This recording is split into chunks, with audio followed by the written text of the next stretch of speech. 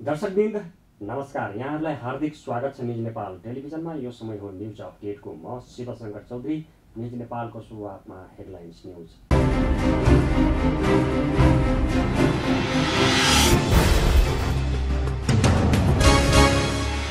प्रदेश 2 का आन्तरिक मामिला तथा कानुन मन्त्री ज्ञानेन्द्र कुमार यादवलाई कोरोना संक्रमण पुष्टि। चालक, व्यक्तिगत सुरक्षा गार्ड, मन्त्रीको अंगरक्षक र एकजना सशस्त्र प्रहरीका जवानमा पनि कोरोना संक्रमण।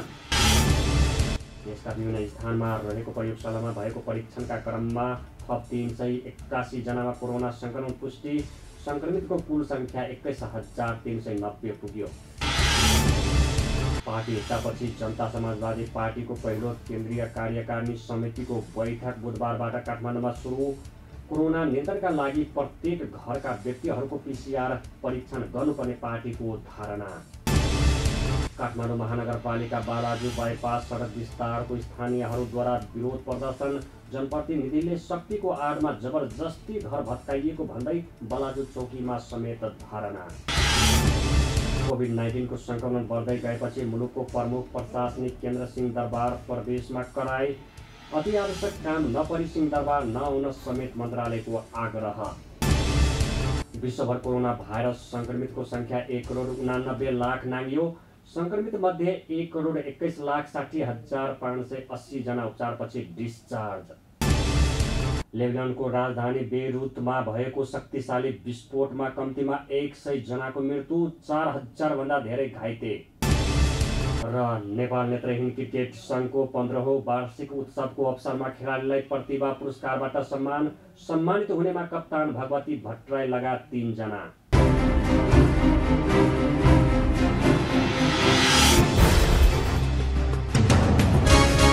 अब न्युज विस्तारमा।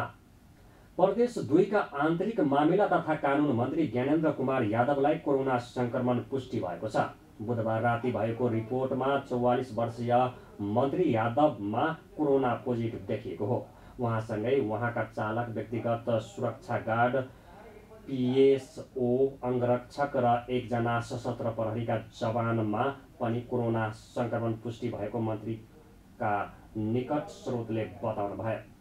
मन्त्री यादव हालै काठमाडौँबाट फर्किएको थियो। काठमाडौँबाट प्रदेशमा फर्किए लगतै स्वास्थ्य जाँच गराउँदा कोरोना पोजिटिभ भएको मन्त्री यादवको निकट स्रोतले बताउनु भयो।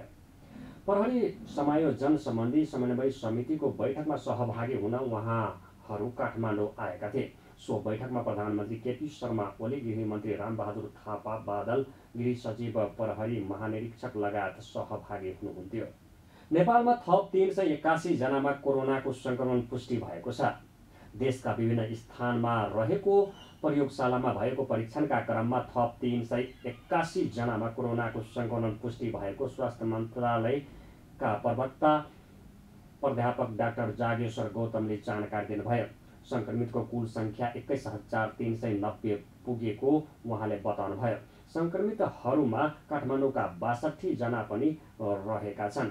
बुधबार 130 जना कोरोना संक्रमणबाट निको भएर घर फर्किएका छन्। यो सँगै कोरोना संक्रमणबाट निको हुनेको संख्या 15,156 पुगेको छ।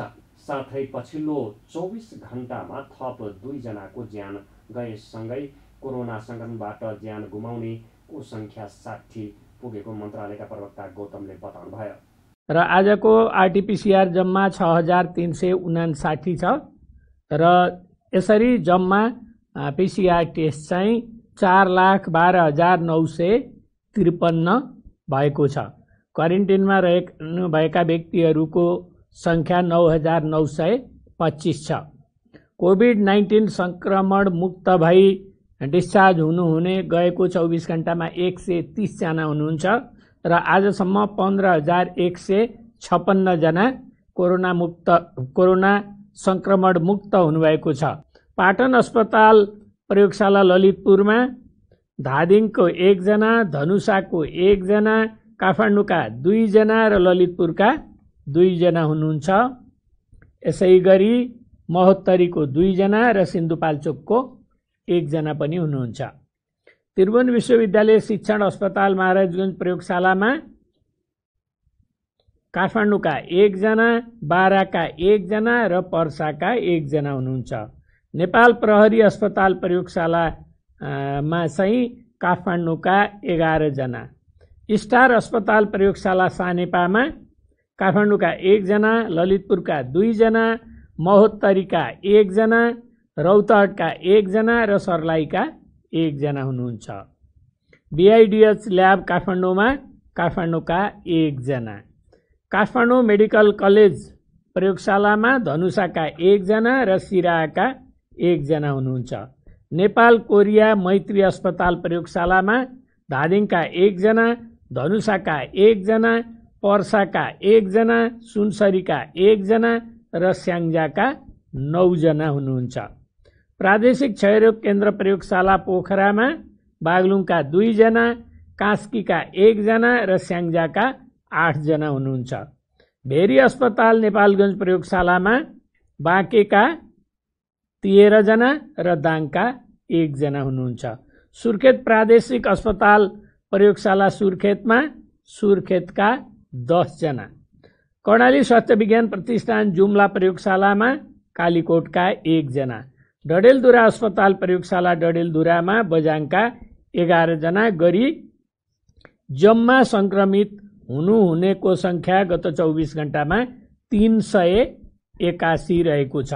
पर्सा जिल्ला पोखरिया नगरपालिका वार्ड नम्बर 9 निवासी वर्ष 18 की 1 महिलाको मिति 77 साउन 19 गते झाडा पखालाले सिकिस्त भई उपचारको लागि नेशनल मेडिकल कलेज वीरगञ्ज लाने क्रममा बाटैमा दुःखद निधन भएको छ। नेशनल मेडिकल कलेज वीरगञ्जमा स्वाब नमुना सङ्कलन गरी नारायणी अस्पतालको प्रयोगशालामा जाँच गर्दा उनमा कोभिड-19 कोरोना पुष्टि भएको हो। अर्को पर्सा जिल्ला वीरगञ्ज महानगरपालिका 5 बस्ने वर्ष 46 का पुरुषको मिति 2077 साउन 21 गते बिहान 6 बजे अस्थायी कोभिड अस्पतालमा दुःखद निधन भएको छ। विगत केही वर्षदेखि मधुमेहका रोगी रहेका उनी ज्वरो तथा खोकी लागि अस्पताल भर्ना भएका थिए। साउन 19 गते स्वाब नमुना सङ्कलन गरिएकोमा सोही दिन उनको कोरोना पुष्टि भई साउन 20 गते आइसोलेसनमा उपचार सुरु गरिएको थियो। यो सँगै निधन हुनेको संख्या 60 पुगेको छ। अहिले 6174 जना आइसोलेसनमा छन् भने 9925 जना क्वारेन्टाइनमा छन्। अहिलेसम्म 4,12,953 जनाको PCR विधि मार्फत कोरोना परीक्षण भएको छ। पार्टी एकतापछि जनता समाजवादी पार्टीको पहिलो केन्द्रीय कार्यकारिणी समितिको बैठक बुधबारबाट काठमाडौँमा सुरु भएको छ। ललितपुरको बालकुमारी स्थित तुलसीलाल प्रतिष्ठानको सभा हलमा बसेको बैठकको पहिलो दिन परिचयात्मक कार्यक्रम भएको थियो। उक्त बैठकमा केन्द्रीय कार्यकारिणी समितिका 51 जना सहभागी छन्। बैठक अन्तर्गत बिहिबारबाट पार्टीको वैचारिक, राजनीतिक, सांगठनिक, सांस्कृतिक कार्य दिशाका बारेमा छलफल हुने पार्टीका नेता मनिष सुमनले जानकारी दिनुभयो। त्यस्तै उहाँले बैठकले पार्टीको ठोस रणनीति तथा कार्यक्रम निर्धारण गर्ने पनि बताउनुभयो। सुमनले कोरोना नियन्त्रणका लागि प्रत्येक घरका व्यक्तिहरूको PCR परीक्षण गर्नुपर्ने पार्टीको धारणा राखेको उल्लेख गर्नुभयो। ती भनिएका फेरि पुनः दोहोर्याउँ, तपाईलाई समसामयिक राजनीतिक परिस्थिति, पार्टी एकता समायोजन कार्यनिर्देशिका, त्यस्तै तपाईलाई पार्टीको आफ्नो अनुशासनिक आचार संहिता लगायतका विषयहरूमा भोलिदेखि हाम्रो बैठक केन्द्रीकृत रहला र यो कोरोना महामारीको खातिर हामीले त बैठक त अलि लामै समयसम्म चलाउने विचार गरेका छौँ, तर देशको परिस्थिति बाँकी साथीहरूको त्यो सक्यो भने छिटोभन्दा छिटो हामी बैठक सघाउने पक्षमा छौँ। प्रधानमन्त्रीजीले जनता समाजवादी पार्टीलाई पनि आफ्नो सल्लाहको लागि हिजो बोलाउनु भएको थियो। त्यसमा हाम्रो आदरणीय अध्यक्ष महन्त ठाकुरजीले बुन्दागत रूपमै सल्लाह र सुझाव सरकारलाई दिएर आउनुभएको छ। ती भनेको हामी एक घर एक PCR टेस्ट गर्नुपर्दछ। यो रोकथाम नियन्त्रणको लागि छिटोभन्दा छिटो तपाईलाई जाँचमा सहजता अपनाउनु पर्दछ। कोरोना भनेको अब समुदायमा फैलिसकेको एउटा सङ्क्रमण जस्तै लाग्दैछ। विदेशमा रहेका हाम्रा अल्पत्र साथीहरूलाई नेपाल ल्याउँदा क्वारेन्टाइनमा बस्नै पर्ने बाध्यात्मक व्यवस्था गर्नुपर्दछ। यो समस्या कुनै एउटा दल विशेषको, कुनै एउटा सरकार विशेष मात्रको होइन। सरकारले यसमा लड्यो भने यसलाई नियन्त्रण गर्न चाल्ने प्रत्येक कदममा हाम्रो पार्टी पनि त्यतिकै उत्तरदायित्वका साथ सँगै रहनेछ भन्ने हामीले सरकारलाई सुझाव दिएर आएको छ। तत्कालीन समाजवादी पार्टी नेपाल र राजपा नेपाल बीच एकीकरणपछि जनता समाजवादी पार्टी बनेको हो। उक्त पार्टीमा अध्यक्षद्वय महन्त ठाकुर र उपेन्द्र यादव हुनुहुन्छ। बैठक केही दिन चल्ने समाजवादीले जनाएको छ। काठमाडौँ महानगरपालिका वाडा नम्बर 16 स्थित बालाजु बाइपास सडक विस्तारको स्थानीयहरूले विरोध गरेका छन्। सडक विभाग र उपत्यका विकास प्राधिकरणले उक्त सडकमा रहेका घरहरू भत्काउँदै विस्तार कार्य अघि बढाए पनि स्थानीयहरूले विरोध गरेका हुन्। यसअघि मङ्गलबार गाई जात्राको दिन सो घर भत्काएर सडक विस्तारका लागि मार्ग प्रशस्त गरिए पनि अवरोध गरेका थिए। तर बुधबार पीडित भनिएका केही स्थानीय र केही अभियन्ताले बुधबार डोजर लगाइएको क्षेत्रमा प्रदर्शन गरेका छन्। उनीहरूले जनप्रतिनिधिले शक्तिको आडमा जबरजस्ती घर भत्काइएको भन्दै बालाजु चौकीमा समेत धरना दिएका छन्। नेवा भूमि लुट्न बन्द गर, पृथ्वीनारायणको आक्रमण इन्द्र जात्रामा जनप्रतिनिधिको आक्रमण, गाई जात्रामा गाई जात्रे सरकार मुर्दाबाद लगायतका नारा अङ्कित प्ले कार्ड बोकेर विरोध प्रदर्शन भएको थियो। उनीहरूले सडक विस्तारको विरोधमा रिले अनसन बस्ने चेतावनी पनि दिएका छन्। कोभिड-19 को संक्रमण बढ्दै गएपछि मुलुकको प्रमुख प्रशासनिक केन्द्र सिंहदरबार प्रवेशमा कडाई गरिएको छ। गृह मन्त्रालयका अनुसार अति आवश्यक काम बाहेकका व्यक्तिलाई प्रवेशमा कडाई गरिएको हो। जोखिम नबढोस् भनेर ध्यान दिनुपर्ने भएकाले अति आवश्यक काम बाहेकका लागि उक्त अवस्था लागू गरिएको मन्त्रालयले जनाएको छ। भित्रबाट पास पठाएर प्रवेश अनुमति दिने कार्यमा पनि तत्कालका लागि रोक लगाइएको छ। अहिलेको जटिल परिस्थितिमा नागरिक आफैले पनि सुरक्षा सावधानी अपनाउन र अति आवश्यक काम नपरी बाहिर ननिस्किन तथा सिंहदरबार नआउन समेत मन्त्रालयले आग्रह गरेको छ। पछिल्लो समयमा काठमाडौँ उपत्यकामा कोभिड-19 को संक्रमण बढिरहेको छ। अन्तर्राष्ट्रिय बजारमा स्थिर रहेको सुनचाँदीको भाव बुधबार नेपाली बजारमा अप्रत्याशित रूपमा बढेको छ। मङ्गलबार प्रति तोला रु 79,800 मा कारोबार भएको पहिलो धातुमा बुधबार 1,600 ले वृद्धि भएको छ र बजार खुल्न बित्तिकै छपावाल सुनको मूल्य प्रति तोला रु 1,01,400 कायम भएको छ भने सोही परिमाणको तेजाबी सुनको मूल्य रु 1,09,000 निर्धारण गरिएको छ।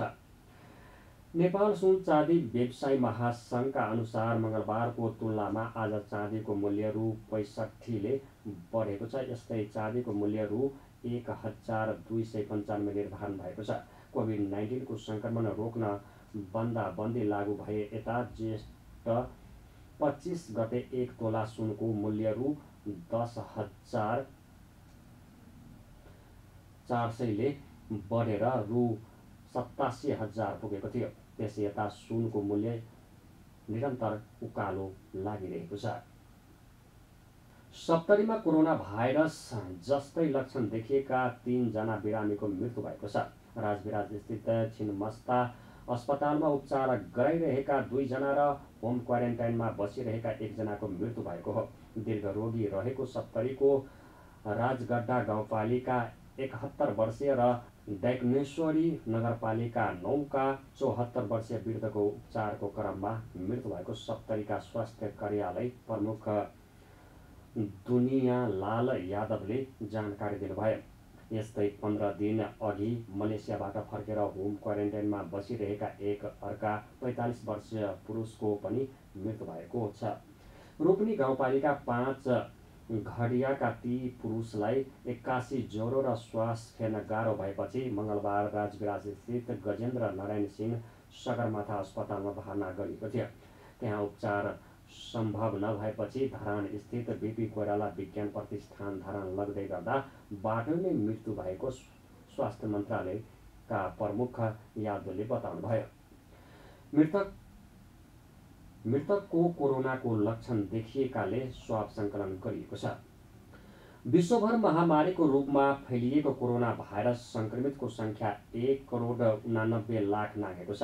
चीनको वुहानबाट गत डिसेम्बरदेखि फैलिएको कोरोनाका कारण विश्वभर 1,90,70,794 जना सङ्क्रमित भएका छन्। सङ्क्रमितमध्ये 1,21,60,580 जना उपचारपछि निको भएर घर फर्किएका छन्। यस्तै कोरोना सङ्क्रमणबाट 7,11,108 जनाको मृत्यु भएको बोल्डोमिटरमा उल्लेख छ। सङ्क्रमितमध्ये 60,79,100 भन्दा बढी विभिन्न अस्पतालमा उपचाररत छन् भने 65,500 बढीको अवस्था गम्भीर रहेको छ। यस्तै कोरोनाबाट सबैभन्दा बढी प्रभावित अमेरिकामा 49,73,500 भन्दा बढी सङ्क्रमित भएका छन्। सङ्क्रमितमध्ये 25,40,100 बढी निको भएका छन् भने 1,61,600 भन्दा धेरैको ज्यान गएको छ। यस्तै ब्राजिलमा कोरोना भाइरसबाट सङ्क्रमित हुनेको सङ्ख्या 28,62,761 पुगेको छ भने 97,400 बढीको मृत्यु भएको छ। सङ्क्रमितमध्ये 20,20,600 भन्दा बढी निको भएका छन्। यस्तै छिमेकी मुलुक भारतमा 19,63,200 भन्दा बढी सङ्क्रमित भएका छन् भने 40,700 बढीको मृत्यु भएको छ। सङ्क्रमितमध्ये 13,27,200 भन्दा बढी उपचारपछि निको भएका छन्। लेबनानको राजधानी बेइरुतमा भएको शक्तिशाली विस्फोटमा कम्तीमा 100 जनाको ज्यान गएको छ भने 4,000 भन्दा धेरै घाइते भएका छन्। एउटा गोदाममा 6 वर्ष अघिदेखि राखिएको विस्फोटक पदार्थ अमोनियम नाइट्रेटका कारण यो घटना भएको अधिकारीहरूले बताएका छन्। लेबनानका प्रधानमन्त्री हसन दियाबले यसलाई एक खतरनाक गोदाम बताउँदै त्यो सन् 2014 बनाइएको बताउनु भएको छ। साथै उहाँले यसलाई प्रलयकारी घटना बताउँदै दोषीहरू जिम्मेवार हुनुपर्ने बताउनु भएको छ। लेबनानका राष्ट्रपति मिसेल आउनले 2,750 टन अमोनियम नाइट्रेट सुरक्षित र असुरक्षित रूपमा राख्नु स्वीकार्य नहुने बताउनु भएको छ। यो विस्फोटको आवाज 240 किलोमिटर टाढा साइप्रससम्म पनि सुनिएको थियो। अमोनियम नाइट्रेट एक गन्धहीन केमिकल पदार्थ हो जसको प्रयोग विभिन्न काममा हुने गर्दछन्। खेतीलाई उर्वर बनाउन र निर्माण तथा खन्नको लागि विस्फोटक पदार्थको रूपमा प्रयोग गरिन्छ। यो अत्यन्तै विस्फोटक केमिकल हो। आगो लाग्दा यो विस्फोटक हुन्छ र खतरनाक ग्यास निस्किन्छ जसमा नाइट्रोजन अक्साइड र अमोनिया ग्यास हुन्छ। नेपाली राष्ट्रिय नेत्रहीन क्रिकेट प्रतिभा पुरस्कारबाट 3 जना क्रिकेटर सम्मानित भएका छन्। नेपाली राष्ट्रिय नेत्रहीन क्रिकेट टिमका कप्तान भगवती भट्टराई बराल सहित 3 जना ज्योति केसी नेत्रहीन महिला क्रिकेट प्रतिभा पुरस्कारबाट सम्मानित भएका हुन्। नेपाल नेत्रहीन क्रिकेट सङ्घले 15औं वार्षिक उत्सवको अवसरमा बुधबार 3 खेलाडीलाई प्रतिभा पुरस्कारबाट सम्मान गरेको हो। सङ्घले हरेक वर्षको साउन 22 गते वार्षिक उत्सव मनाउने गर्छ। सम्मानित हुने खेलाडीमा B3 क्याटेगोरीतर्फ राष्ट्रिय टोलीका कप्तान समेत रहेकी भगवती भट्टराई, B2बाट मनकेशी चौधरी र B1बाट आशा रेग्मी रहेकी छिन्। उनीहरूलाई जनही 5-5 हजार र कदरपत्रबाट सम्मान गरिएको सङ्घले जनाएको छ। कप्तान भगवती विगत 14 वर्षबाट नेत्रहीन क्रिकेटमा संलग्न रहेकी छिन्। सन् 2014 बेलायत र 2019 पाकिस्तानसँगको सिरिजमा कप्तानी गर्दै नेपाललाई जित दिलाएकी थिइन्। मनकेशी उत्कृष्ट ब्याटिङका लागि चर्चित छिन्। उनी बेलायत र पाकिस्तान विरुद्धको सिरिजमा प्लेयर अफ द सिरिज बनेकी थिइन्। आशा पनि 14 वर्षबाट नेत्रहीन क्रिकेटमा रहेकी छिन्। सन् 2019 पाकिस्तान विरुद्धको सिरिजमा उनले उत्कृष्ट प्रदर्शन गरेकी थिइन्। हामी न्युज अपडेटको अन्तमा आइपुगेका छौँ। जाँदा जाँदै हेडलाइन्स न्युज पुनः एकपटक।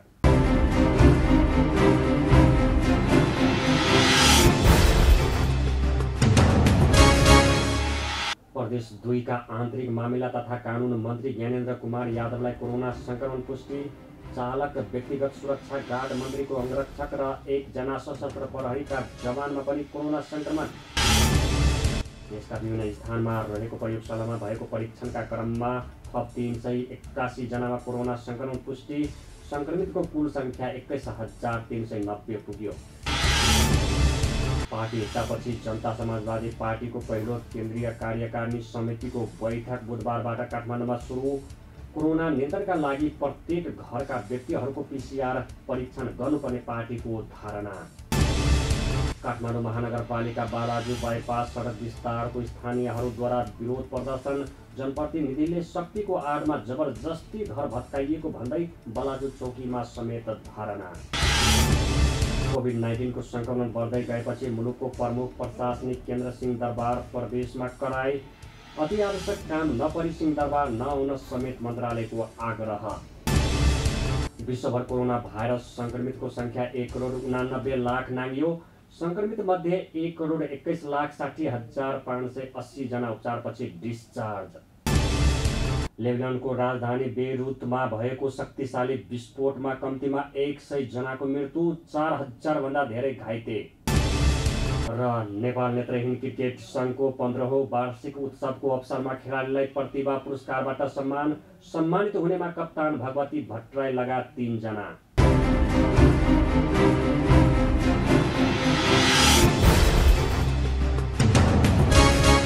दर्शकबिन्द, अहिलेलाई न्युज अपडेट यति नै।